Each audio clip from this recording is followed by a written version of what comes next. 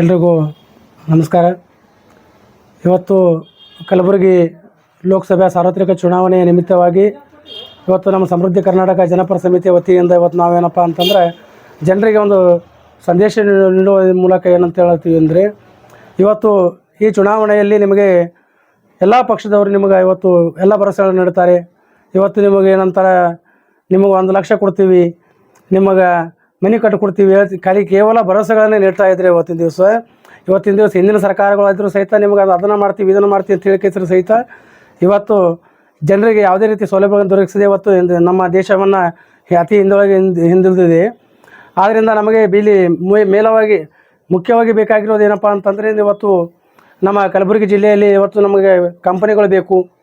ಆಮೇಲೆ ನೀರಾವರಿ ಸೌಲಭ್ಯಗಳಿಂದ ಇವತ್ತು ನದಿ ಜೋಡಣೆಗಳು ಆಗಬೇಕು. ಅನಂತರ ನಾವೇನಿವತ್ತು ಚುನಾವಣೆಯಲ್ಲಿ ಗೆಲ್ಲಿಸಿ ಕಳಿಸ್ತಕ್ಕಂಥ ವ್ಯಕ್ತಿ ಇವತ್ತು ಒಬ್ಬ ಒಳ್ಳೆಯ ವ್ಯಕ್ತಿ ಆಗಿರಬೇಕು.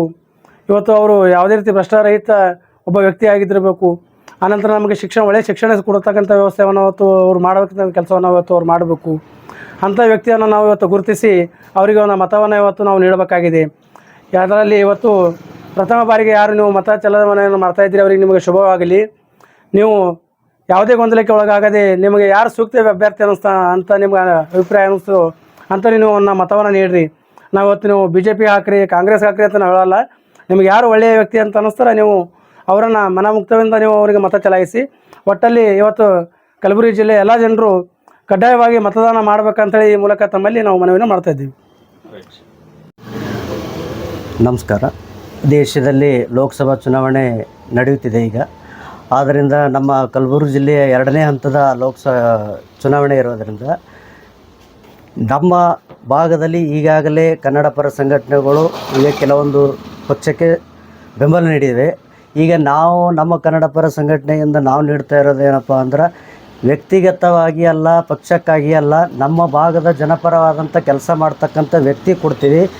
ಯಾವುದೇ ಇದು ಇಲ್ಲದೆ, ಗೊಂದಲವಿಲ್ಲದೆ, ಯಾವುದೇ ಆವೇಶ ಇಲ್ಲದೆ ನಾವು ನೀಡ್ತಕ್ಕಂಥದ್ದು ಏನಪ್ಪ ಅಂತಂದ್ರೆ, ಒಳ್ಳೆಯ ಅಭಿವೃದ್ಧಿ ಕೆಲಸ ಮಾಡಬೇಕು. ಕನ್ನಡಿಗರಿಗಾಗಿ, ಕರ್ನಾಟಕಕ್ಕಾಗಿ ಧ್ವನಿ ಎತ್ತಕ್ಕಂಥ ವ್ಯಕ್ತಿ ಯಾರೇ ಇದ್ದರೂ ಕೂಡ ಅಂಥವ್ರಿಗೆ ನಮ್ಮ ಮತ ಹಾಕ್ತೀವಿ. ಮತ ಹಾಕಂತ ನಮ್ಮ ಧರ್ಮ ಅದ, ನಮ್ಮ ಸಂವಿಧಾನ ಪ್ರಜಾಪ್ರಭುತ್ವ ನಮ್ಮ ಧರ್ಮ ಇರೋದರಿಂದ ನಾವು ಮತ ಹಾಕೋದು ನಮ್ಮ ಕರ್ತವ್ಯ ಅದ, ನಾವು ಹಾಕ್ತೀವಿ.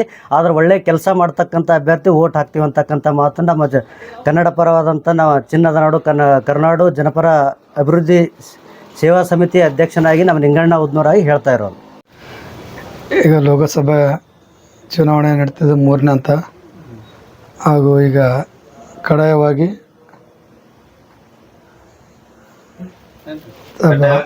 ಮತದಾನ ಮಾಡಿ. ಆದರೆ ಆ ಪಕ್ಷ ಈ ಪಕ್ಷ ಅಂತ ಬೆಂಬಲ ಕೊಡ್ತಾಯಿಲ್ಲ ನಾವು.